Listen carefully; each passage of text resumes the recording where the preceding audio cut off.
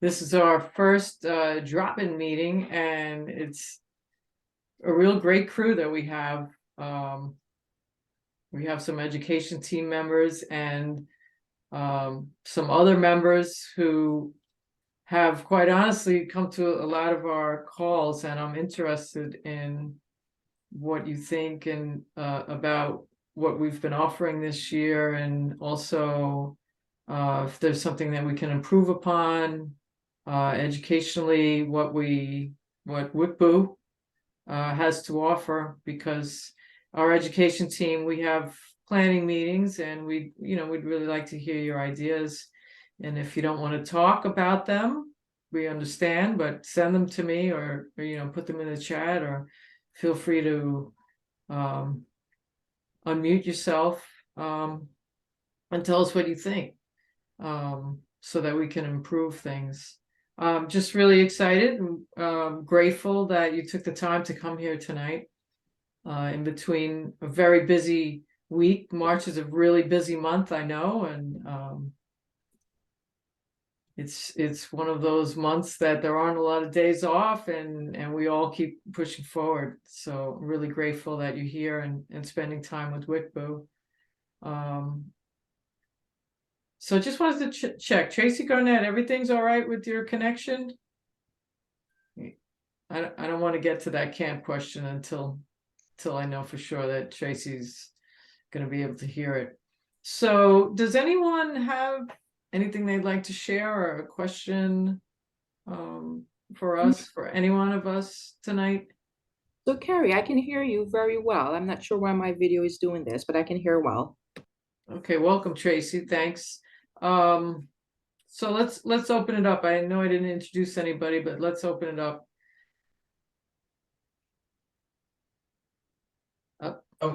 Will Freed here speaking. Like, I think one of the most helpful things is the is those Ask Interpreter plays that go on those emails that get sent out, because there can be some difficult situations, like in some of our games, and it gives opportunity to reflect, to have a point where where can you go next, and where can you grow from this, and what you can do better in this avocation. Well, I really appreciate you telling us that, and we have Dave Rafalski with us. So Will took one of our very first offerings of WCBOO University. That's our rules course, and he was very involved in our Zoom meetings, and it was really great to have him, the different points that he brought up. And I guess what I find interesting is I know as officials you get a lot of emails, and I know that your time is so short, and but I also know that you have to study, you have to study the rules. And it's great to hear that you appreciate the Ask the Interpreter plays, because sometimes those plays are not as smooth as they seem. We get a question. A couple of you have sent in questions, and we're able to keep it short and simple and send it out. And if you find it valuable, I'm glad to hear it. My only question, I guess, back to anyone is there a way for us to improve the number of questions, or is it enough? Is it just enough? I thought maybe we would get some more questions sent in. Is it just that it's a new feature? Go ahead, Will. I think what we have to be doing is that, like, sending your plays, situations, don't and encourage members to say this is not to put you down. This is to help you move forward. This is a safe space, and that you're all here in the circle of support to help you grow as an official. Thank you. So I love the circle of support. We're really not, WCBOO is not about putting officials down, but that's going to help. You'll see. It'll be in my next WCBOO advertisement, right, Will? Thank you. Anyone else on the Ask the Interpreter? Dave, you want to say something? Yeah, I just wanted to say, first of all, Carrie, thank you, and I appreciate all your assistance with that and managing that process. But I'm not sure, does it come in anonymous? And because I know that's probably one of the biggest things, right? It goes along the lines of no question is a stupid question. So I don't know if there's a fear of asking a question but my point would be that's how we all learn. Even myself, there's maybe something I'm not 100% on, so it forces me to get back in the books, and it's a win-win for both sides. Definitely value add. So I enjoy the process, and I thank you. That's a great question. And when I have a feature like Ask the Interpreter, or even just running a Zoom like this, I see it from my view, and that's why it's really good to have the team just viewing what I do. So what happens is the link goes out, the Ask the Interpreter link. Somebody submits, I believe they have to type their name in, and I just get to see the back end. I have it assigned to our interpreters, which are, Dave and Sherry Zappola and myself. And we're the only ones that we get an email that indicates, hey, Wilfried, the Genesis Perrimon had sent in a play, and but it doesn't say who it's from. But I can look on the back end, because when I have to post it back out, I can see who sent in the play, but I would never mention it. And I guess making sure it's anonymous, letting everybody know ahead of time, hey, this is totally anonymous. I mean, I'm not going to reveal my source. I'm a counselor. I don't reveal any sources. So that's another great point. Carrie? Go ahead, Al. Yeah, after I think the Ask the Interpreter is really good. Another great feature that we could think about after the question is answered, right, is give like a 5-question quiz with the answers, so it just keeps everyone refreshed. That's how I make all my quizzes up. Someone will send me a question, will give me a question, and then I'll come up with quizzes. And that's how I come up with them. So it kind of continues the conversation in the reader's mind.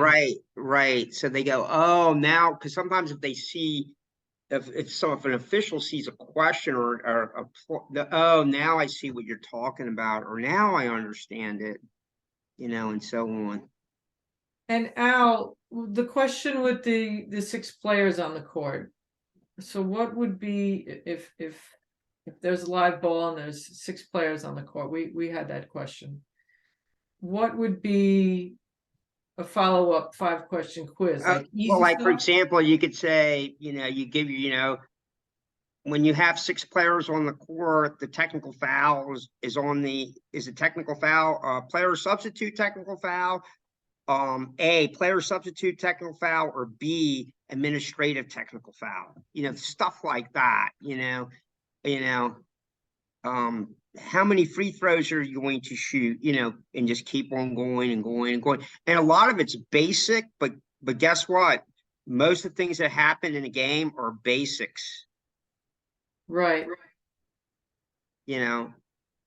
So Dave, remember that play where it was a question about the referee? Can like a U1 or U2 almost not overturn, but they mentioned this person's not the referee. Could I have, or could the official have intervened? So it was a scenario where it was kind of a gray area. It wasn't specifically written in the rule book. Yeah, I think that was the question that related to the ball being put in play when there's still an official communicating to the table. A free throw. Yeah, and that anyone can intervene on that one. That's a crew saver, right? Anyone jump in and say, hey, we're not ready to administer this. We have to wait till everyone's engaged and ready to proceed, right?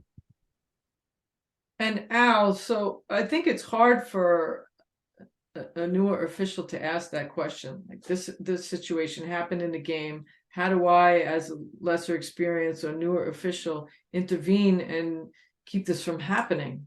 And how would that be a 5-question quiz? Well, again, it's about, about basics, before I administer a free throw, I'm going to sweep the floor and I'm going to look at my clocks, my partners, my tape, things like that, just to keep you, sharp, Okay. so that might happen and you handle it, but then you're going to come up with stuff there's ways to prevent that from happening. And how does that prevent from happening? Having good, proper fundamentals. Carrie, And you I could think even that- to take Al's point, Carrie, you could even, turn it to maybe that official's talking to the scorekeeper who's trying to tell him there's only 4 fouls instead of 5 fouls. Yeah, you can go on and on and on. We just shot one free throw, and now it's potentially a correctable error situation. Yeah. So turn it into it from a communication plus, To a correctable error. failure to communicate plus this equals correctable error. Yeah. You just have to think, just gotta think and, and believe me, everyone on this call, I mean, even the members, they can start doing it and it's just going to make everyone really good. That's how I come up with all my quizzes. I start thinking and, oh, let's say this, let's say that. Oh, this happened. Oh, let's come up with a fundamental, I don't want this to happen. So, things like that. And would the 5-question quiz, that would go on the same email, or would we follow up? Yeah, with no, secondary? yeah. So and have the answers there, so because you see, when you have the answers there, oh, I'm going to look this up. So now I solved the question, I took the quiz, I didn't get, maybe I got it right. Where's that in the rule book? And then when I go research in the rule book, I'm learning to not read the rule book, I'm learning to attack the rule book. I'm writing that down, Al. And then go, oh, and then something might happen in your game. I know where to go look for that after the game. I know where to go look for that. And then guess what? You're getting better and better. You're getting better. As opposed to having a scenario come up in your game, and these are the questions that you now have to answer to your supervisor. Yeah, well, you're going to steal. They can steal. Whoever can still ask the question, but like on our part, we'll just throw like a quiz that maybe alludes to the question or whatever. Mhm. So it just keeps everybody really sharp and engaged. Yes, it's useful. I like the idea. So therefore, if I want to submit a question, likelihood I won't be afraid because I'm going to get something out of this, and I'm just going to get better. For this happened to me in a game, I have no idea, and I did all this research.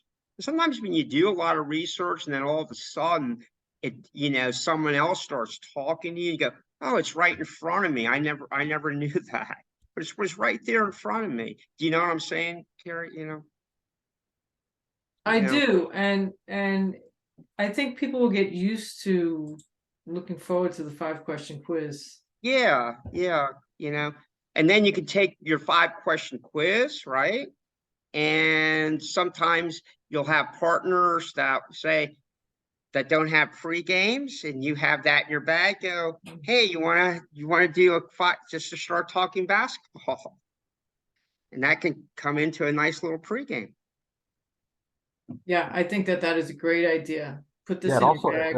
it also forces that official to put their nose in the book, right? Yeah. They're all positives, That's great. Will, thanks a lot for bringing that up. It's really Yeah, great job, Will. really appreciated. Any other comments out there? Or question? Fran, you gotta unmute.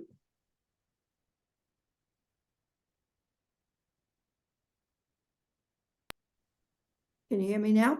Yes, ma'am. Oh, okay. Good evening, everybody. Good to see everybody. Hi, Al. I enjoy listening to you all the time. Scott, you do a tremendous job.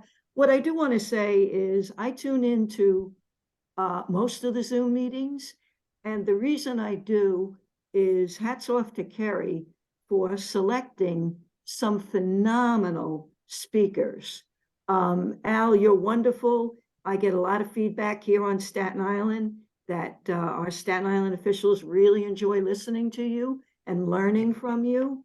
But what makes me feel so good is the younger officials, the Scott Birkins, the Stephanie Barksdales, they are so articulate, so passionate about the game, and they are so helpful to officials that I really feel the game is in such good hands. And I see Joe Basili there. Hey, Joe. And obviously, he's a great role model and a super mentor, you know, at the high levels. And it's just, I feel that even though I'm not an active official, I so enjoy seeing that the game is in such good hands. So again, Kerry, thank you for creating WCBOO and having a conduit for officials to improve their game and to do justice to the game. So thank you for that. All right, much appreciated, Fran. Joe had his hand raised. Those was the clap hands for you, Carrie. Gotcha. I don't use Zoom as much as I used to anymore. So okay, thanks, Fran. I really appreciate it. And just checking in, I don't want to call anybody out, so I am going to move on to a question that I got, but please, if there's something that you would like WCBOO to cover or consider, let me know in some way, and we'll be happy to do it. We'll find a way to do it. I have gotten a few emails in regards to camp, and I guess it's never too early or too late to talk about camp. Officials, you know, upcoming summer camps and the different types of camps and Genesis, you have your hand raised. I just wanted to kind of add on to every session has been really a great session, learning, and whether it's film breakdown or going over the rules, it's all been very, very helpful and useful. I really liked the last one in terms of your officiating resume, because I don't think that people talk about that enough or really know what that looks like, and when you use it in the breakdowns in the different camps. And so I thought that was very useful, especially with camps coming up in the next few months. That's a great point. And let's ask Stephanie to just review the use of officiating resume. And she really had amazing examples. But since we are going to talk about camp, maybe Stephanie wouldn't mind addressing the importance of an officiating resume.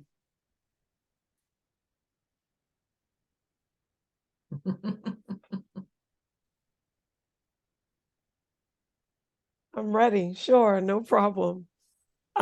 So as we touched on during the last session, I covered 3 different types of camps: an instructional camp, a training camp, and a hiring camp. And they each support us in different ways, and they give you an opportunity to get in front of instructors and clinicians, particularly with instruction camps and teaching camps.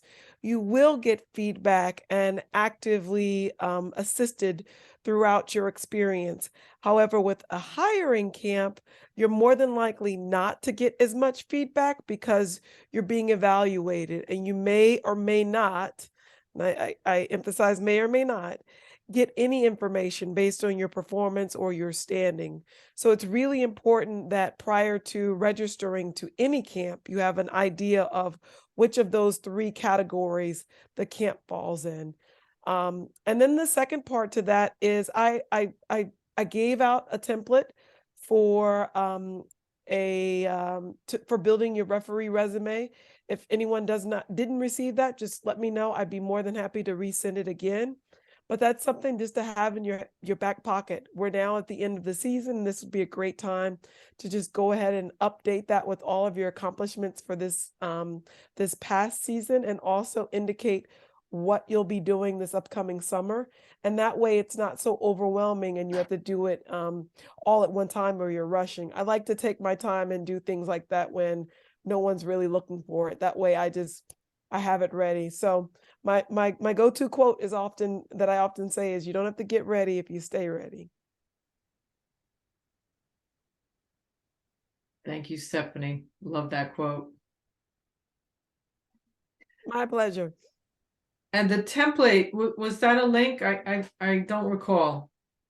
It was a link. I'll send it to you again, and I guess put it in some sort of repository on a Google Drive or something, but it's accessible with placeholders so that anyone could just grab it. It's open for interpretation. It was just a really quick template to get someone started, and you have free creative license. There's no right or wrong way to do it, but there are some major categories that you want to make sure are included. And so when you say anybody can use it, I mean, if I were to potentially put that in Sportorial, would that be okay? Sure. I would just change out, the names. I think might be my name listed, but Jane Doe, John Doe, and then some fictitious coordinators and work experience. So I can get you a quote unquote dummy version.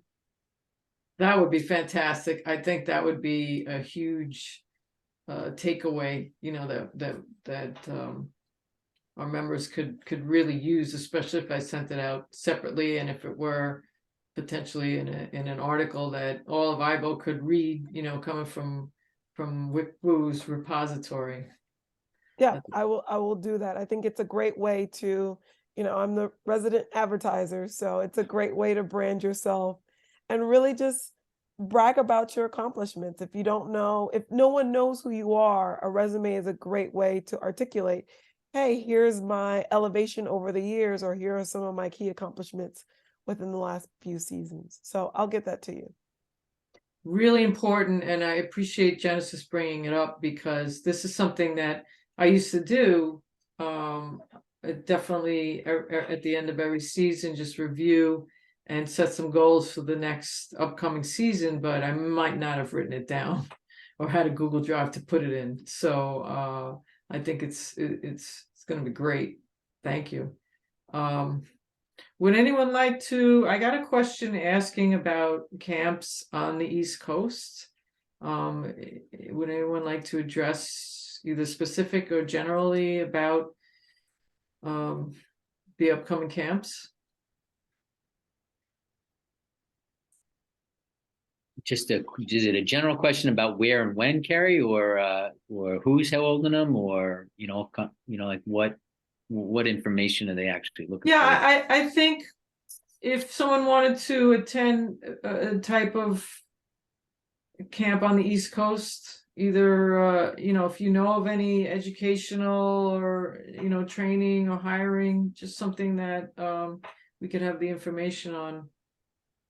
The IBO camp carries at Sullins Grove, PA. And Donnie, when is that? June or July or June or June 23rd through the 25th. That's a good one. It's a very good instructional camp, and a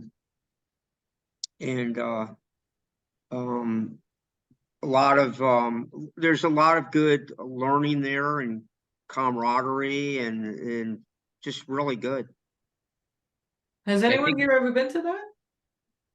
I went to the first IBO camp and I can't remember, it was in Connecticut with Frosty Francis. First camp ever. Okay, Fran has been to that camp. Yeah, Fran, have you been to that? Yeah. Chaz Loomis has been to the camp. Huh? Okay. That's fantastic. Chaz, you want to talk about it a little bit? Yeah, it was, I believe, 2017, and we actually stayed right on site. It was Susquehanna University. and it was definitely for the newcomers, I would think. You worked on, just blowing the whistle, the camaraderie part of it. It was definitely a good start, and I thoroughly enjoyed it. And Chaz, so that camp, did it motivate you to, improve, or how did it affect you overall as time progressed? I guess for me, when I first started, I wasn't sold on it, so to speak. But when I decided to go to camp, I was already bit by the bug, and my drive was there, so I just wanted to improve, and I felt like that was, obviously I started with IBO, so that's where I wanted to go. Mhm. Okay, And thanks. That's just to awesome. piggyback on something that Chaz said, is the IABO camps. I went to a couple of IABO camps early in my career, and I went up to Holy Cross in Worcester, Massachusetts, with Frosty Francis and his crew. And I would tell anybody when I came back that I had learned more in 3 days than I had in the 3 years that I had been officiating. And the reason was, it was almost like one-on-one help. They did, believe it or not, it was in, I think, 1990, they really did have video back then, and they were at the forefront of videotaping the officials. And I actually, a couple of weeks ago, I found one of my VHS tapes from Holy Cross from 1990. I don't know if it's even playable, but I can say that I'm sure over the years, IABO has even improved the camps, and I would highly recommend it for someone that's just starting out, because it's an easy way. It's very difficult to break a bad habit, but if you don't have any bad habits, you're going to learn the right way to do it. So, anybody starting out, my recommendation is get your butt to an IABO camp, because it really made my career. So I'm very grateful to IABO. That's fantastic, Fran. Yeah. Thank you. So Joe, just to get back to your question, maybe you want to speak, and Rich and Scott, I asked them to speak generally, and then if you had any suggestions on a camp, if you don't feel comfortable with that, I totally understand. Yeah, I mean, I think, PhillyRef.com always has a massive list, from, every state in the country, who's running it, the dates, it's in calendar order. The big thing, Carrie, is, when you're deciding to go to a Division I, a Division II, Division III camp, first of all, you've got to know 3-person. You've got to know the system well enough to feel comfortable going out on the floor to be able to work for most of these camps. Unless it's a truly teaching camp, most Division I coordinators, while there is a teaching aspect at all of them, it's an evaluation camp. And so unless it's, reserved only for staff, and then you can't, if you're not on staff, you can't go to it. But essentially, for any non-staff Division I camps, you've got to have a really solid base for 3-person mechanics. Because even on the women's side, most Division I coordinators are now using boys high school basketball, AAU, which the athleticism, the above the rim stuff, so all that, factor it in. If you haven't seen that level of play before, it's going to be over your head. And so being able to handle those kinds of things, you have to keep in mind, from that perspective, from a Division I perspective. So, it's all about kind of, every year that you get experience in the system, you're going to get better. And so as you're getting better and you're progressing and you get into the Division III and Division II ranks, then you have to make that decision for yourself when it's time for you to go to a Division I camp. But to go to a Division I camp without ever working a Division III and Division II game, it's just probably not, if you have a lot of 3-person experience, you may learn from, you're going to learn something certainly from the classroom sessions, but it may be overwhelming to be on the floor, to officiate some of these games, particularly at these high level camps. So, you've got to kind of base, we're independent contractors, so it's not, you can't sign up to go. You certainly can. But just be aware of the situations that you're going to be stepping into as you're going to some of these, higher level and certainly Division I camps. So it's really important to have background information on specific camps. Absolutely. And most Division I coordinators, it's on their websites somewhere, whether, it's Ref University or Patty's America's Best or Debbie's is Gamekeepers. I'm sure Violet has one. Mike Schmitz is the Referee Academy. So they all have enough information on there, and some of them are very specific. You cannot come to this camp without 3 years experience in Division II or Division III, right? Or there's stipulations that they lay out, particularly for the Division I coordinators for what their camps are geared towards. And so if you abide by those kind of standards and guidelines, you'll know which ones, and you'll know when it's time for you to probably attend a Division I camp. Division II and Division III, it's a little bit harder. Certainly Mike Schmidt has, a number of D3 conferences that he assigns, as well as John. So part of their camp is, kind of for Division III only, and then they have, kind of their Division I piece as well. So. Just to kind of piggyback off what Joe said, and I think I mentioned this on the last call. Joe said, even it's a Division I camp and there's a teaching aspect, and I know I can speak from Stephanie and Rich and anybody else who does Division I on the call. We do learn an abundance amount of information from senior clinicians, whether they give us critiquing on the court or in the classroom. But when push comes to shove, it's essentially a tryout camp. And you don't want to put yourself in a situation where you, like Joe said, are over your head. It's really hard to recover from something like that. And I know, I speak to Joe regularly and Rich regularly, and moving up in my career, I always ask them, do you think I should go? Do you think I would fit in there? Do you think it's, and I know that they were always so cautious, and I look back and I thank them, same thing with Stephanie, like you don't want to make a bad first impression, and the cliche is you don't have a second chance to make a first impression, which is, it's true. So we really don't want to put ourselves in a situation. And I know it's harder now because it seems like there's less teaching camps and more tryout camps because it's a business, and that's just the nature of the beast. It's a business, but you really want to make sure that you have a solid foundation of a few years of going to a Division III camp. I wouldn't do 1 year of Division III basketball and go to Patty Broderick or David Williamson's camp. I just wouldn't put myself in that situation. And I know everybody sees, who's on TV and game checks and the fees, but you really, really, really have to be patient. And I think that any of the senior people like Joe or Steph or Rich, or anybody who's been around for a while can attest to that. And I think that's the biggest mistake that we all make. We think that we're ready for something that we're not. And it's really, really becomes a challenging thing to deal with, and I just, I always want people to be mindful of that.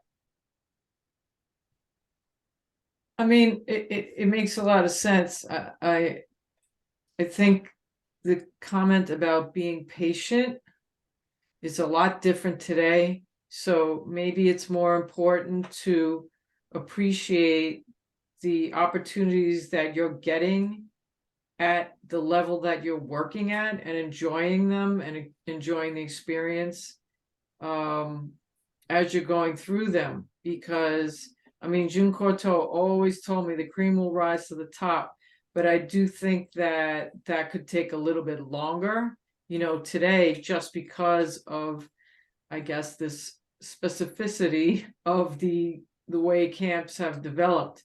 Less teaching, maybe people don't have the time for teaching. There's a shortage of officials, and so we need qualified people now.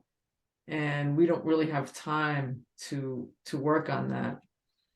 Will, what do you got for us?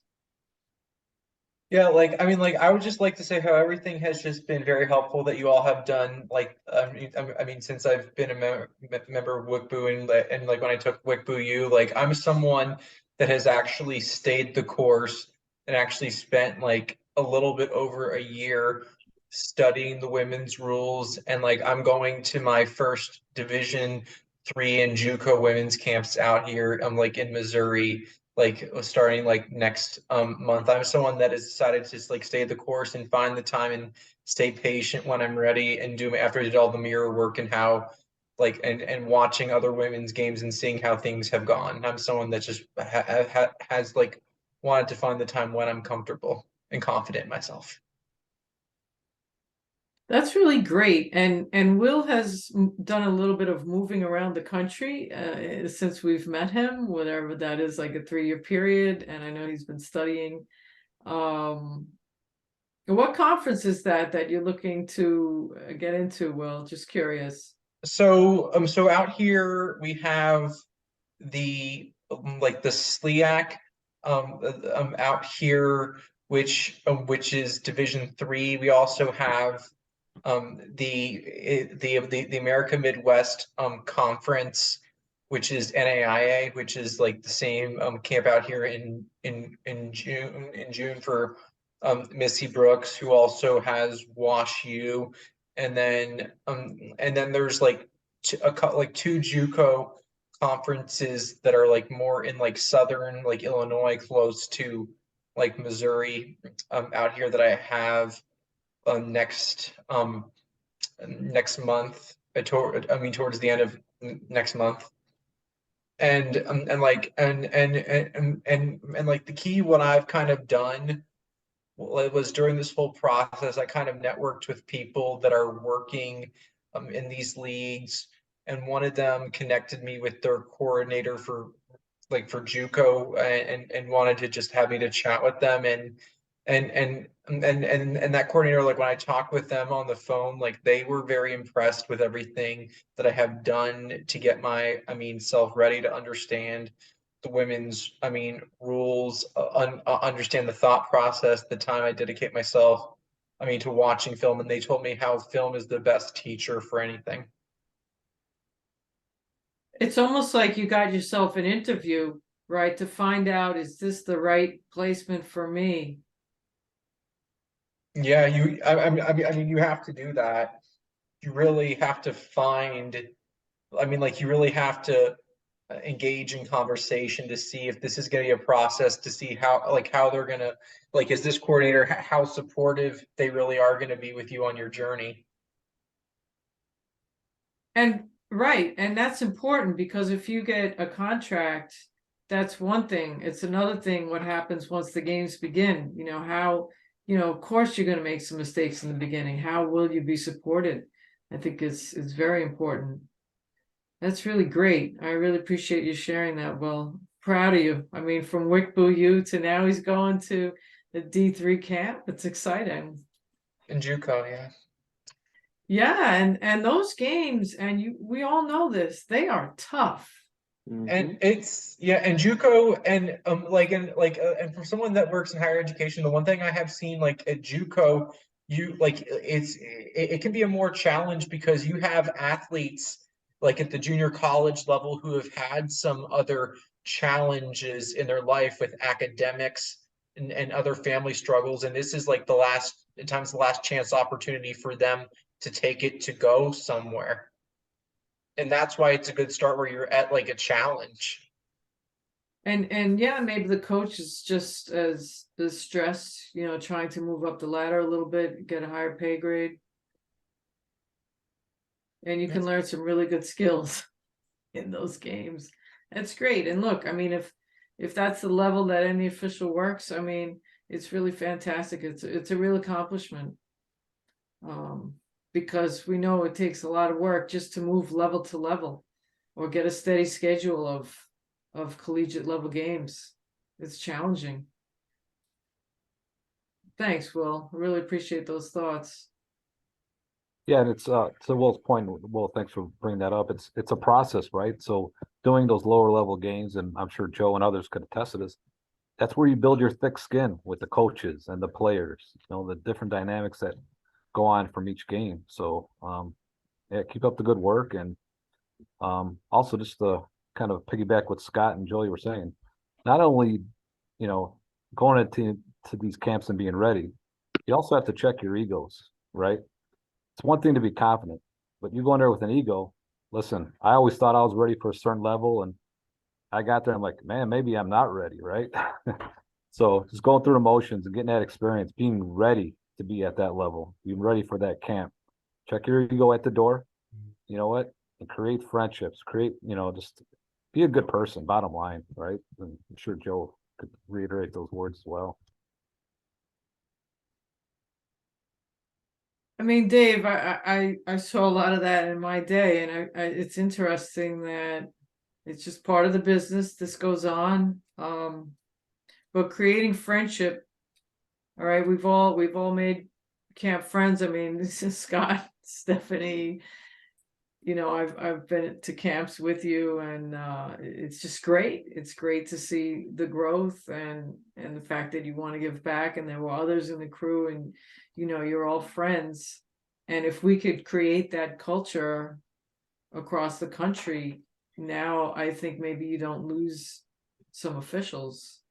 We can retain them. So creating friendships and like what Will said before, circle of support, instead of, hey, I gotcha situation. So those are great thoughts. Thanks, Dave.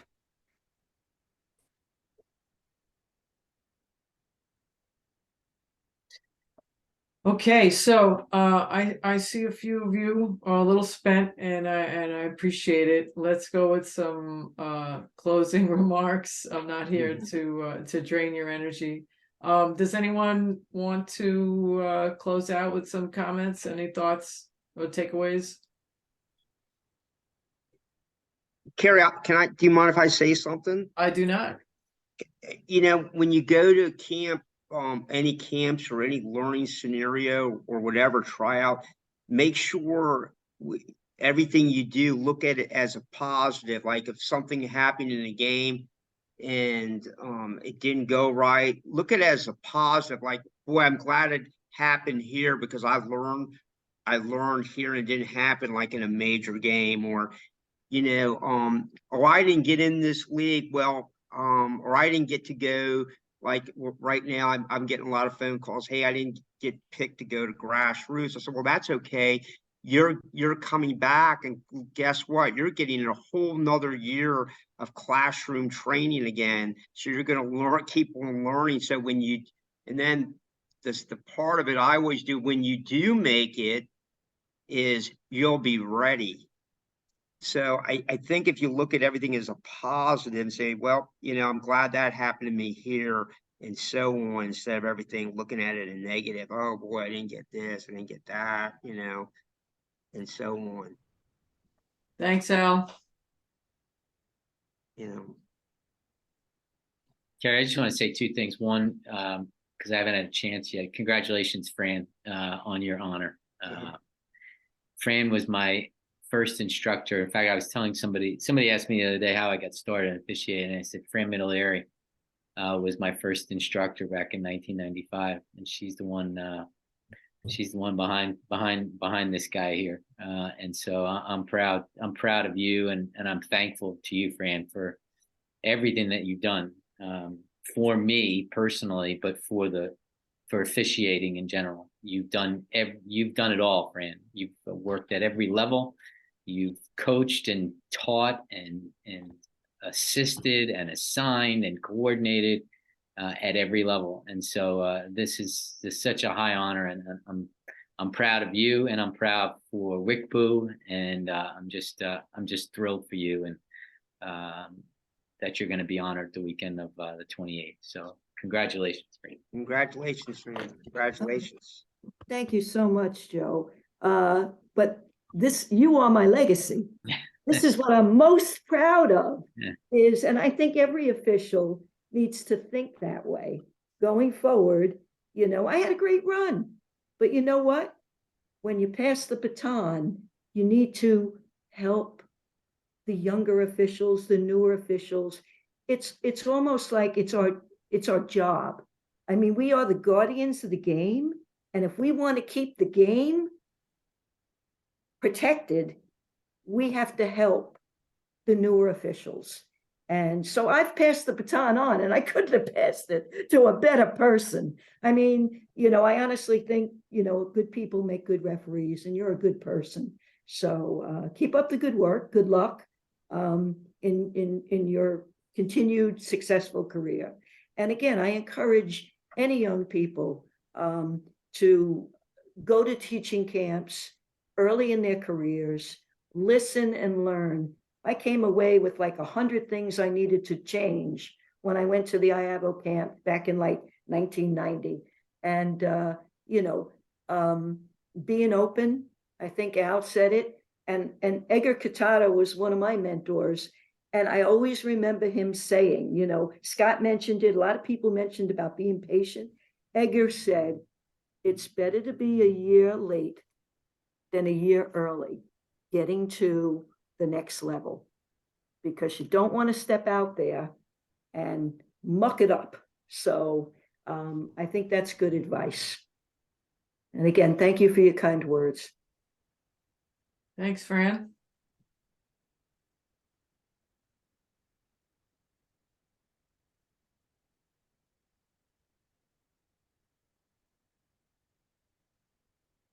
Okay, great. I thank you. This has been this is something different that I wanted to try, you know, as a drop in, and as usual, it's a huge success. It's a nice way to sort of start winding down the season here. And I do take notes on everything that you say, so I will put it forward, and I look forward to hearing from all of you. I appreciate your time coming on and giving us, you know, it's more than an hour because I have to contact a lot of you ahead of time, and I really appreciate your thoughts and your feedback. And if you have anything else that you'd like to let me know, just get in touch with me. Hey, Carrie, can I just say one more thing before we go? Sure, Chaz. You guys, Carrie, Joe, Al, Donnie, Scott, Stephanie, Rich, you guys are like celebrities to me in a way. So I just want to say I owe everything to you guys. I've tried to emulate you guys in every way, shape, or form. I'm our local interpreter also, and I try to do these things as much as I can just to help like you guys do with me. So hats off. Donnie, appreciate everything you do. Carrie, again, I can't say it enough. So thank you. Chaz, what board is that? Just curious. And where is that? Jefferson Lewis in upstate New York. Okay. And I'm on IBO 38 Syracuse and 59 Watertown as well, vice president. You're way up there. Way up there. Yes. That's yes, great. ma'am. That's great. Thanks for your feedback, Chaz, and we appreciate your thoughts. All right, I'm just going to end the recording and then we can wrap it up.